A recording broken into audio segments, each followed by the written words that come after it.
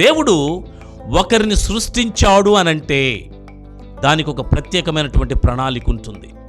ఆ ప్రణాళికను ఈ భూమి మీద జన్మించినటువంటి నువ్వు నేను మనమందరం గమనించాలి. ఏ ప్రణాళిక లేనిదే భూమి మీదకి నువ్వు రావు. దేవుని చిత్తము ఏమిటో తెలుసుకోలేక మనం ఏం చేస్తున్నామంటే మన జీవితాన్ని గడిపేస్తున్నాం. కానీ మన జీవితంలో మనం ఆలోచించేస్తే దేవుని యొక్క ప్రణాళికలో నువ్వు జన్మించావు.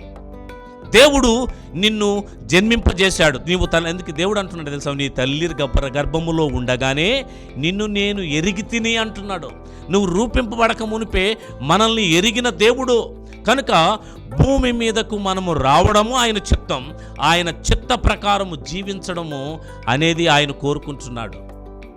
కానీ మనం ఎలా జీవిస్తున్నామని ఇది మనల్ని మనం పరిశీలన చేసుకుంటే, దేవుడు నన్ను ఎందుకు సృష్టించాడు, ఎందుకు తల్లి గర్భములో రూపించాడు, నేను ఎందుకు ఈ లోకంలోనికి వచ్చాను, నేను ఎందుకు ఈ లోకంలో బ్రతుకుతున్నాను, నేను బ్రతికేటువంటి బ్రతుకు దేవునికి ఇష్టమైనదా, నేను యోగ్యమైన జీవితాన్ని జీవిస్తున్నానా, అనుకూలమైన స్థితిలో నేను బ్రతుకుతున్నానా, నా బ్రతుకు ఎలాగుంది, నా జీవితం ఎలాగుంది, నేను ఎలాగా జీవిస్తున్నాను.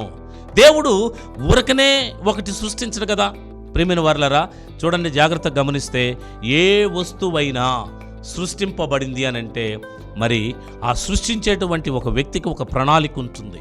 ఒక సెల్ ఫోన్ మరి సృష్టించిన వ్యక్తికి ఒక ఆలోచన, ఇందులో అనేకమైనటువంటి కార్యాలు ఇందులో నుండి నడవాలి అనేటువంటి ఆలోచనతో దాని సృష్టికర్త సృష్టించాడు కదా. ఒక పెన్ గురించి తీసుకోండి, పెన్ను రాయడానికి కదా, ప్రతిదీ కూడా ఇంచుమించు నీ భూమి మీద ఉన్న ప్రతిదీ కూడా అర్ధరహితముగా ఏది ఉండదు. దేవునికి ఒక ప్రణాళిక ఉంది. ఆ ప్రణాళికలో దేవుడు ఒక వ్యక్తిని సృష్టిస్తాడు.